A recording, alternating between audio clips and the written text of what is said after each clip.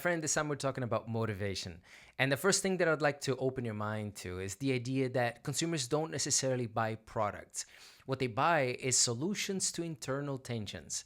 And these internal tensions can be things like their desire to solve a particular problem or even their will to communicate with others. But motivation is a really important factor to understand because it helps us explain why people choose one brand instead of another.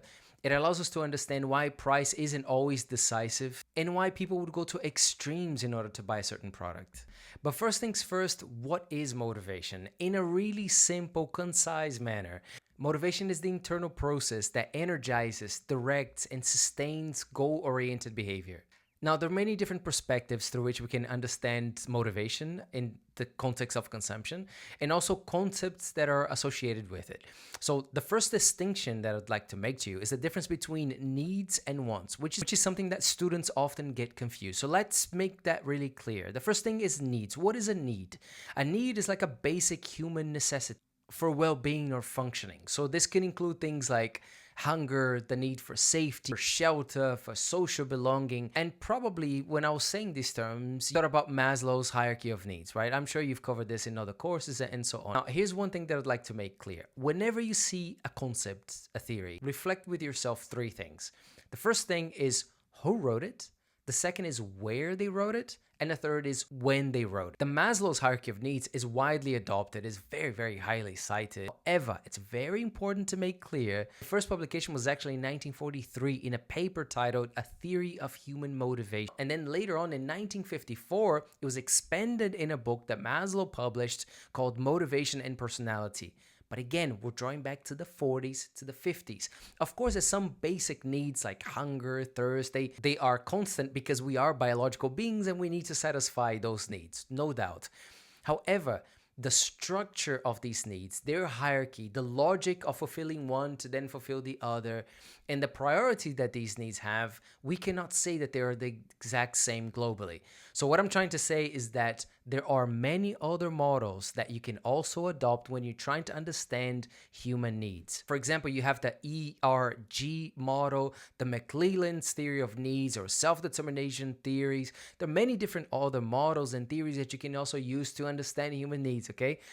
It's okay-ish if you use Maslow's, but please understand that there are very serious limitations. It is very characteristic to the Western world and it was developed in the 40s and the 50s. Okay, so that is human need. Now, in order to satisfy those needs, we look for wants. What are then wants? Wants are then products and services that are developed in order to fulfill those needs. And very importantly, these wants that are moderated by a number of different factors, like for example, personal preferences, cultural values, and obviously marketing efforts. So let me give you an example. We all have the need to satisfy our hunger, right? So we have to eat. Now, I am Brazilian, so sometimes when I'm hungry, I really dream I could have a feijoada, which is a classic Brazilian dish. Now, if you go to someone in India, they're not going to have the same want to satisfy that same need, right? So they're probably going to go for a different type of dish. And if you go to Australia, it's going to be different, and Argentina is going to be different, and Canada is going to be different. We're all looking for different wants in order to satisfy the same need, which is of hunger. In another example, if we think of our need for warmth, right, to keep ourselves warm when we're in really cold temperatures, there are many different ways as to how we can keep ourselves warm when it's really cold in the winter. For some people, for example, brand might not play a factor. For others, brand may play a crucial factor. For some people, the design of the winter jacket might not play a role, and for others may play a definite role or a choice of color and so on. What I'm trying to convey is that we're all looking for different wants in order to satisfy our needs. And in order to understand these needs, there are many different models beyond Maslow that you should look for. Another perspective as to how we can understand consumer motivation, when you have a functional or a utilitarian motivation, that means that you're simply trying to solve a problem that normally you don't have a high level of involvement or emotion associated. So for example, let's say that you need to, to fix the sink in your house, right? And you need to buy some appliances to fix the sink in your house. You're not going to be passionate about those appliances. You just need to solve the sink because otherwise it's going to be water everywhere. So you have a functional, a utilitarian motivation. No one is crazy, I expect, for, health insurance services or for banking services, right? These are just services that we need.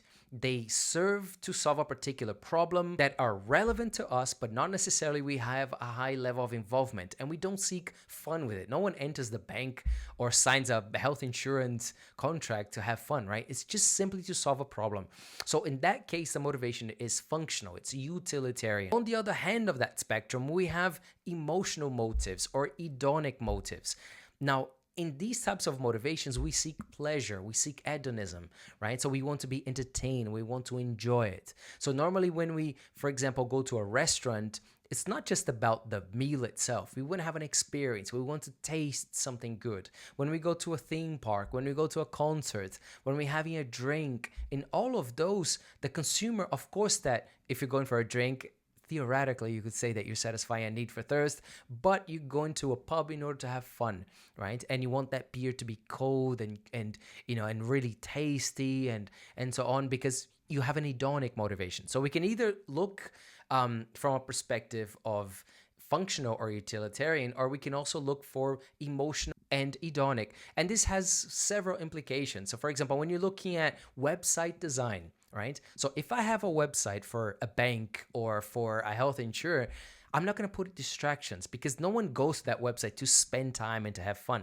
You go to that website to simply solve a problem, which is check your bank account, remove distractions, and that's it. Right? But if you look at other types of websites related to gaming, to tourism, to music, to sports, the idea is to build an online environment where you can stay a longer time, because your motivation there is to have fun, is to be entertained. And as consequence, your level of involvement tends to be much higher. Another perspective that is often used is from the duality of intrinsic motivation and extrinsic motivation. So intrinsic motivation are motives that come within yourself, are influencing you to consume, not because you're being influenced by the external environment or by others, but by what your desires are. Extrinsic motivation, on the other hand, those are all of the factors on the external environment influencing you to consume. So we can look from this spectrum from intrinsic motivation and extrinsic motivation. And two other interesting perspectives is from the perspective of goal-oriented behavior. Like for example, when you have a clearly defined future state, like for example, I want to be healthier, I want to be stronger, I want to look more professional, I want to be more adventurous or more socially connected with others, and therefore you consume in order to fulfill that particular goal for that future stage that you have set to yourself. And this is a perspective that is very often linked with what we call self-concept. So self-concept is the way in how we see ourselves. And the interesting thing is that we don't see ourselves, or we don't see the way that others potentially perceive ourselves in the same way. And this is also not constant. We have, for example, our private self, which is our own perceptions of ourselves, and our public self, which is our perceptions of how others perceive us. And both private and public self can be broken down into many other different types of selves, like actual self, the desired self, the ideal social self, the situational self, the extended self. Now, I'm probably going to explain all of those in detail in another video, but what I'm trying to convey here is that there's many different ways as to how we perceive ourselves, or how we would like others to perceive us, or how we think that others perceive ourselves. For example, let's say that my actual self thinks that I am a very adventurous person. So if I think that what represents me is an adventurous person and slightly rugged, for example, that's what I'm going to go for. And I'm going to go for darker colors, and I'm going to choose brands that are more rugged, and I'm going to look for outdoor brands, which I'm going to mention in a minute. But let's say that my social self, let's say that I think that others see me in a way which is kind of boring, for example. And I say, well, I think that other people are seeing me as being someone boring, and I don't want to be seen as someone boring. And therefore, I'm going to look for brands, and I'm going to look for products that are going to say something different, that are going to say that I'm adventurous. Then I'm going to go for a completely different type of purchase behavior. So what I'm trying to convey here is that very often we consume and we choose brands and types of products based on what we're trying to communicate about ourselves, based on how we evaluate our different types of selves and the type of self that we're trying to communicate in a certain context. Because, for example, let's be honest here. Very often, we don't behave as our actual self in our work environment. We sort of adjust our behaviors to potentially an ideal social self or based on our social self. So we pay attention as to how we behave and the things that we say. And then when the shift is done and then we leave and we meet our friends from school, in the pub or in the concert afterwards, then we are really our actual self. And these two people are different, right? And if these two people are different, then they're gonna have different motives when they are consuming. So sometimes you're gonna go to the shopping mall, and on the same day, on the same afternoon, you're gonna buy a product which is for your actual self, which is gonna be quite different to the one that you're gonna buy for your ideal social self or for your social self. So when we're trying to understand consumer motivation, one thing that is very important to make clear is that consumption is often a form of communication. We purchase and we decide the brands or the products that we purchase based on what we're trying to convey, based on what we're trying to say. Now, to understand this in practice, I chose one of my favorite brands, which is the North Face. Now, North Face was founded in 1966 in San Francisco by Douglas and Susie Tompkins. And they started as like a small climbing retail store, and then afterwards blew to become, and the idea was to develop high performance equipment and apparel. Now, here is one interesting fact. In 1966, they had their first store opening. And do you know who played on their store opening? The Grateful Dead. Now, my friend, if you don't know who the Grateful Dead is, I don't know what to tell you, but please go to Spotify and listen to the Grateful Dead, okay? But anyway, if we look at the North Face and if we look at their massive catalog of products, and the global giants that they have become, we cannot say that people buy their products for the same reason.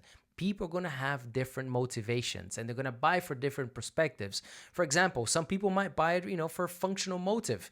They might choose the North Face because the products are long lasting, because they have great materials, because they know that, if you're using it in extreme conditions, either of heat or of cold or of how wet it is and so on, that the products are not going to deteriorate, that they're going to work as they should, for a functional reason. Now, in many other ways, it's for an emotional motive. So, for example, in the last, I would say in the last 5 years, especially, so I live in Germany, and in the last 5 years, if you look around, you see a lot of North Face, which means that the brand became way more popular. It became like trendy of an outdoor brand. Can I say that the majority of consumers that were wearing the North Face were buying because it's functional? No. A lot of it bought it because of style, because of emotional reasons, because they wanted to follow the trend that many others are also wearing the North Face. And if you do it in that period of time when it's really trending, it makes you look good, right? It signals something to others that you are connected with the trends and you know what the fashion signals at that moment is. So social signaling is very closely tied to emotional motives. And obviously, as we spoke about self-concept, a lot of the motivation comes from identity, an identity motive of people choosing the brand because they believe that the brand represents what they are, who they are, their actual self, or who they would like to be, their ideal social self or their situational self. And here's the interesting thing, and another very interesting concept for you to take notes on, which is when we find the perfect match between the personality of a brand and the type of self that we want to communicate, we call that self-image congruity or self-image congruence, which is basically when we think that we found the right match between, again, the type of self that we want to communicate and what the brand stands for, what the brand communicates. And basically that's the moment, and you know this very well, when you go to a store and then you put like a product on and you're like, oh yeah, this is right. You just have a feeling that it fits or that that it's right. So coming back to the North Face, and if we were to choose one particular product, again, let's say a winter jacket, not everybody buys it simply to keep themselves warm. In other words, they don't buy it simply for functional reasons. They often choose the design, the model, and the brand as long as it aligns with their identity or with what they're trying to communicate about their identity. Now, here's a few additional things, my friend. Motivation is not static. It's always changing. And it's changing based on a number of factors. For example, our life cycle, right? So if you were to think about who you thought about yourself and your different types of selves, when you're a child, when you're a teenager, young adult, mature adult, or however old you are, did you think of yourself the same? Did you try to communicate the same things? Obviously not. That's why very often when we look at old pictures of ourselves, we think, oh my God, what was I thinking?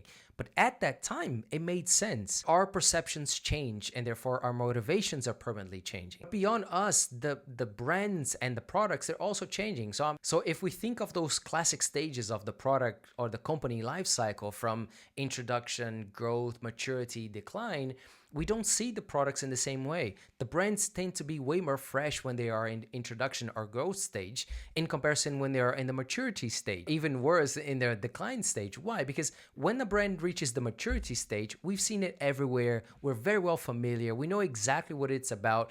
So it's not as fresh anymore as it was on the introduction or growth stage. So what do brands do? They change their design, they have a new communication campaign, they have a new line of product, all to regain that initial perception and therefore boost your motivation to engage with that type of purchase. And also, it's very, very important to make very clear that not all consumers are influenced by the same goals. And it links back to what I mentioned before about Maslow's hierarchy of needs. We cannot contrast different cultures and saying that different cultures have the same hierarchy of needs in the same way that we cannot say that people have the exact same goals. These goals are changing all of the time, and they're moderated by a number of different factors. So to conclude, my friends, the strongest brands are not the ones who simply focus on selling products, are the ones who focus on addressing these internal tensions that people have, regardless if they're trying to solve a functional problem or if they're trying to communicate something about themselves or on the goals that they're trying to achieve, on their emotions that they're trying to reach. So in a nutshell, if you're trying to understand consumer behavior, stop asking what they're buying and focus on asking what are they trying to become and what problems they're trying to solve. And to conclude, as always, you know that in my series, I'm always recommending music. Remember, don't listen to singles, listen to full albums. And since I mentioned the Grateful Dead played on the opening of the first store from the North Face, I'd like you to recommend their first album, which has the same title as the band, The Grateful Dead, which was released in 1967. So I'm not exactly 100% sure, but I assume that if they played at the store in 1966, the majority of the songs that they played were the songs that they then released in 1967 in their first album. So my friend, I hope that this video was useful for you. As always, if you have friends that are taking consumer psychology courses, make sure to send it to them, and I'll see you in the next video where I'm going to explain another consumer psychology concept, recommend to you more music, and share more examples. Have a beautiful day, my friend.